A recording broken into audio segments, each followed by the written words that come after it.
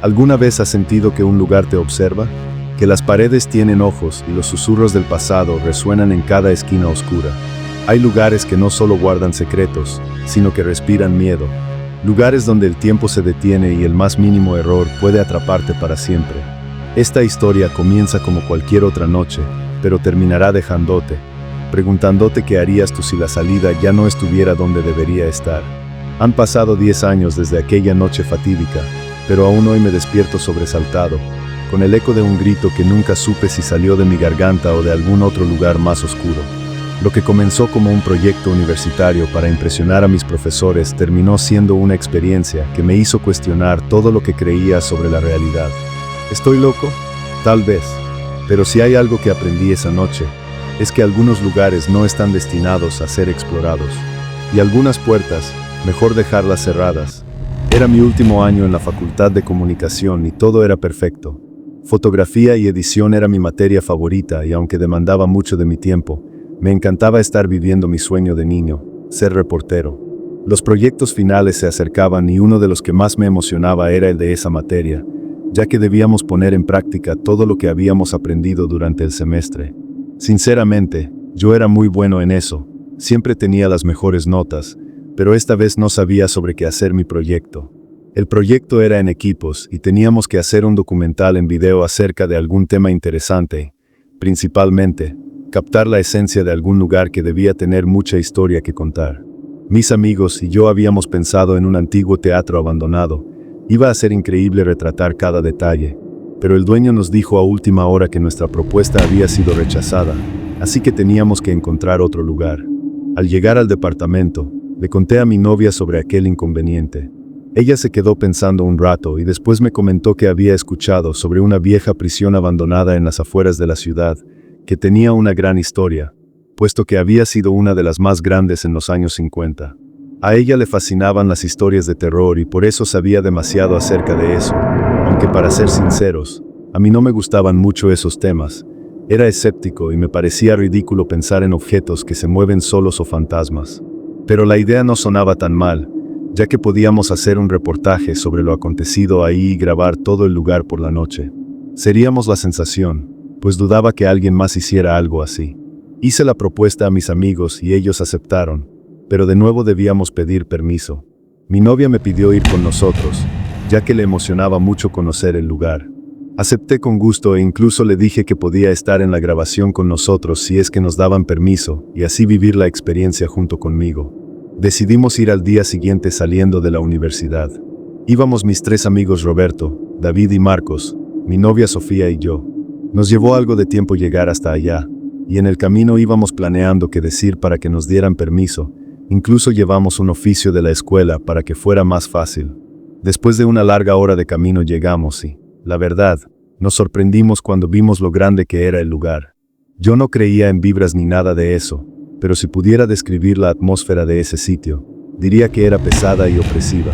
La prisión era enorme. La pintura que alguna vez fue gris ahora estaba desgastada y manchada de óxido. Eran 4 pisos y la puerta de entrada era gigantesca, cubierta de grafitis, seguramente por la gente que se metía y vandalizaba por la noche. Daba un aspecto espeluznante. El guardia nos recibió con desconfianza, pero después de contarle el proyecto, se mostró amable. Aceptó que entráramos y grabáramos, siempre y cuando no hiciéramos ningún daño a la propiedad. Además, nos advirtió que él no se hacía responsable de cualquier acontecimiento extraño, porque en aquel lugar pasaban cosas muy raras. Nos dio un breve recorrido y comenzó a narrarnos su historia. Cuando entramos a la planta baja, sentí como la piel se me ponía de gallina. Había una vibra densa, y aunque era de día, se veía extremadamente oscuro dentro, demasiado tétrico, incluso para mí. Las paredes estaban pintadas de gris, pero se notaban manchas de lo que parecía ser sangre. La recepción tenía una computadora y un teléfono muy viejos, cubiertos de polvo. También había papeles desperdigados, expedientes médicos y un libro de visitas aún abierto con la fecha del 12 de octubre de 1956. Nos llevó a las celdas. En ellas solo había una litera y una pequeña mesa de metal al lado. La pintura de estas era diferente. Estaban pintadas de un verde sucio y deprimente. Estaban llenas de rayones por todos lados, dibujos extraños y algunos tenían grafitis recientes. Mientras subíamos las escaleras, Nos contó que esa prisión había sido clausurada en 1960, ya que se practicaban experimentos inhumanos a muchos de los prisioneros, quienes nunca saldrían, pues morían o quedaban completamente inservibles. Experimentaban con electrochoques, privaciones de comida, agua y sueño por días enteros, exposición a temperaturas extremas y operaciones quirúrgicas sin anestesia. Cuando llegamos al segundo piso, la tensión comenzó a crecer. En el aire se respiraba miedo y desesperación, aunque nadie dijo nada. Estoy seguro de que todos lo sentimos. En esa planta, había celdas como las de abajo, muchas más, además de las duchas comunes, baños que aún estaban sucios y alrededor de 15 consultorios con camillas oxidadas, medicamentos caducados y herramientas quirúrgicas abandonadas. En estos lugares había fotos de los carceleros y médicos, así como certificados colgados en las paredes. Pudimos notar que la foto de un médico en particular se repetía en varias ocasiones. Cuando le preguntamos al guardia, nos dijo que aquel hombre había sido el director del lugar y que era quien realizaba los experimentos y las operaciones. En este tipo de prisiones no hay muchas ventanas, nos explicó, ya que podía darse el caso de suicidios. Solo existían 2 grandes ventanales y nos contó que todas las noches las cerraba, pero amanecían abiertas. Al finalizar, nos informó que el recorrido lo podríamos hacer al día siguiente. Podíamos grabar, ya que era su noche libre y nadie nos molestaría. Además, nos prestó unas colchonetas por si queríamos descansar. Teníamos lo que podía ser el mejor reportaje de la carrera, una experiencia increíble y aterradora. De regreso, todos estábamos muy emocionados. Nos organizamos con lo que llevaríamos, cámaras que instalaríamos en el lugar, micrófonos y, por supuesto, comida. Al siguiente día, Sofía me ayudaba a preparar lo necesario, pero se nos hizo algo tarde, ya que habíamos ido al cine y a comer algo, así que íbamos con prisa. Mis amigos llegaron por nosotros y nos fuimos. Íbamos muy felices, porque ese sería el pase para no hacer el servicio social y obtener buenas notas en nuestra materia favorita. Llegamos y el guardia ya nos estaba esperando. Eran las 11 de la noche, nos recibió con gusto y se puso contento cuando le dimos la comida que le habíamos comprado. Nos acompañó a instalar las cámaras y no voy a negar que todo se veía mucho más aterrador de noche. Por un momento tuve el impulso de salir corriendo, pero no quise verme como un cobarde, aunque después de todo supe que todos ahí sentían lo mismo y me arrepiento de no habernos ido. Instalamos todo, cenamos, nos deseó buena suerte y se fue a su casa. El lugar era muy grande y había 1000 puertas, así que nos recordó que la única puerta de entrada y salida era la que estaba llena de grafitis. Comenzamos la grabación y el recorrido. Empezamos por la parte de abajo contando lo que sabíamos del lugar. Caminábamos muy despacio y sonreíamos a la cámara. Todo iba normal, hasta que llegamos al piso de arriba y pude sentir la pesadez en el aire, ya que, a pesar de que teníamos las linternas, la oscuridad parecía consumir la luz cada vez más. El aspecto de aquel lugar, lleno de literas vacías, de paredes manchadas de sangre y herramientas quirúrgicas, resultaba horroroso. Sofía nos dijo que la energía era maligna, puesto que en ese lugar hubo mucho sufrimiento, desesperación y crueldad, provocada o natural. Ya eran las 2 de la mañana y todavía nos faltaba recorrer mucho del lugar, pero ya estábamos muy cansados, así que decidimos dormir una hora para reponernos y seguir. Nos acomodamos en las colchonetas y tratamos de descansar, aunque fue difícil debido a los ruidos provocados por el eco, que nos mantenían nerviosos. Finalmente, el despertador sonó, nos levantamos y parecía que teníamos aún menos energía que antes. Nadie entendía por qué. Tomamos algo de agua y decidimos seguir. Llegamos al último piso, pasamos por las 2 ventanas y nos dimos cuenta de que estaban abiertas, aunque antes de irse el guardia las había cerrado. Esto nos causó miedo, pero no dudamos en decirlo en el video. La grabación quedó increíble. Terminamos alrededor de las 6 de la mañana. Eso marcaba el reloj, pero lo raro era que aún se veía oscuro, quizá por el edificio. Decidimos separarnos para ir por las cámaras. Los chicos ya estaban cansados y Sofía estaba nerviosa. Me dijo que ya se quería ir, que tenía miedo, pues había visto una sombra pasar cuando caminó hacia el baño. La calmé y le dije que solo era cuestión de juntar el equipo y después podríamos ir a casa a descansar. Más tranquila, me dio un cálido abrazo y me ayudó a meter el equipo de grabación en la maleta. Después de una hora ya estábamos casi todos abajo, solo faltaba Daniel. Le gritamos en varias ocasiones, pero fue en vano, él no respondía. Lo llamamos por teléfono, pero no había señal. Decidimos ir a buscarlo. Todos ya queríamos largarnos de ahí e ir a dormir, pero no lo encontramos. Así que revisamos las grabaciones en la computadora de la última hora y, primero, no encontramos nada, pero después de un rato, en el minuto 46, pudimos ver a Daniel caminando hacia una de las cámaras, hasta que algo invisible lo aventó con fuerza y lo arrastró fuera de ahí.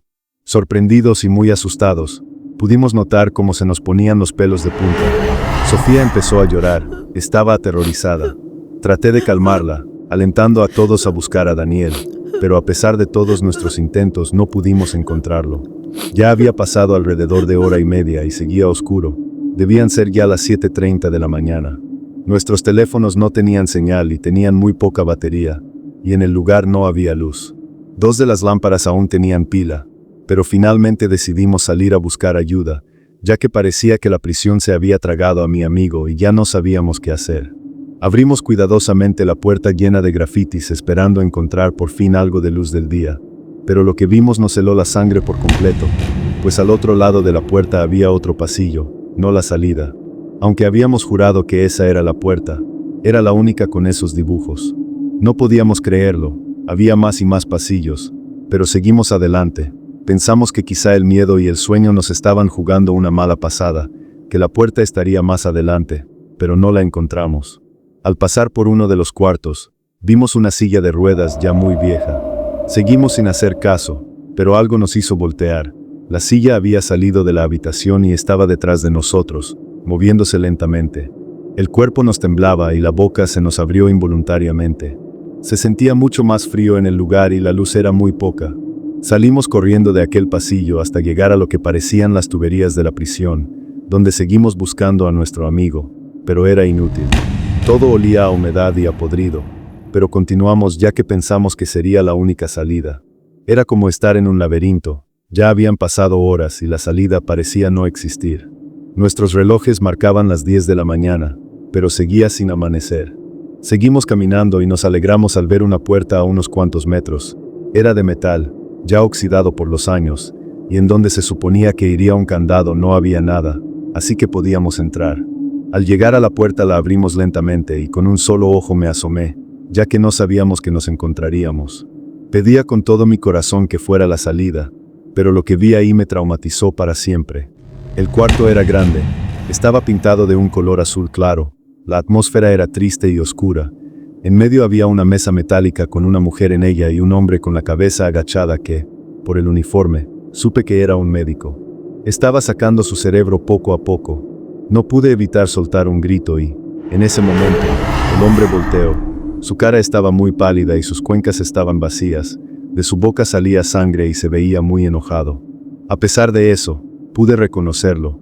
Era quien nos había dicho el guardia que fue el director de la prisión. Corrió hacia nosotros, pero rápidamente cerramos la puerta. Avanzamos hacia el otro lado y llegamos al mismo lugar, con la puerta llena de grafitis. Sin pensarlo, la abrimos nuevamente con el temor de encontrar otro pasillo, pero esta vez sí era la salida. El sol tocaba nuestra cara y la luz iluminaba nuestros ojos. El sol nos golpeó el rostro como si quisiera purificar nuestras almas, pero sabía que algo dentro de nosotros había cambiado para siempre. Mientras caminábamos hacia el auto, ninguno hablaba. El silencio era ensordecedor, como si temiéramos romperlo y que todo volviera a comenzar. Cada paso que dábamos hacia la libertad parecía pesar toneladas, pero al mismo tiempo sabíamos que no podíamos mirar atrás. Ahora, años después, sigo preguntándome, ¿qué pasó con Raúl? ¿Dónde está? Lo vimos por última vez en ese monitor mientras una fuerza invisible lo arrastraba hacia la oscuridad. A veces, en las noches más largas, juraría escuchar su voz llamándome desde algún rincón de mi casa. Mi mente racional quiere convencerme de que todo fue producto del cansancio, el miedo o tal vez incluso una broma macabra de nuestra propia imaginación colectiva. Pero entonces, ¿por qué mi teléfono sigue recibiendo mensajes sin remitente que dicen simplemente, ¿no abran la puerta? Esta historia no termina aquí, porque cada vez que pienso que estoy a salvo, recuerdo aquella habitación azul y a aquel hombre sin rostro corriendo hacia nosotros con las manos llenas de sangre. ¿Realmente escapamos? ¿O solo estamos esperando el momento en que esa puerta vuelva a aparecer frente a nosotros, invitándonos a entrar de nuevo? ¿Y tú, has sentido alguna vez que algo te observa desde las sombras? Si tienes una historia, Una experiencia inexplicable. Compártela en los comentarios. Quizás juntos podamos entender qué se esconde detrás de esas puertas que no deberían abrirse. Pero ten cuidado, porque una vez que cuentas tu historia, tal vez ellos decidan responderte. Así que dime, ¿qué harías tú si la próxima vez que abres una puerta, ya no hay salida? Si te gustó este video, dale me gusta y compártelo para más historias como estas de terror. Y no olvides suscribirte porque si no vas a chupar faros.